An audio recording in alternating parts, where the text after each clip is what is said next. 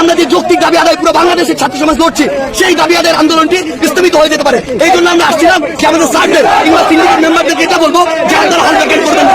আমাদেরকে প্রথমে রাজু ভাস্কর্য সেখানে পুলিশ দিয়ে বাধা দেওয়া হয়। যখন আমরা বাধা বেরিয়ে আসছিলাম তখন আমাদের উদ্দেশ্যে গ্রেনেড ছোড়া হয়। এই সাহস পুলিশ কোথায় পেল?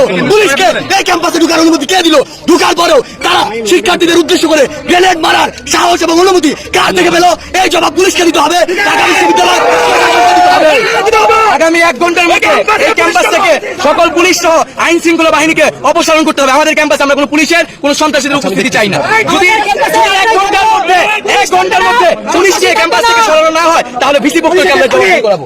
পুলিশ খুনি পুলিশ ভাই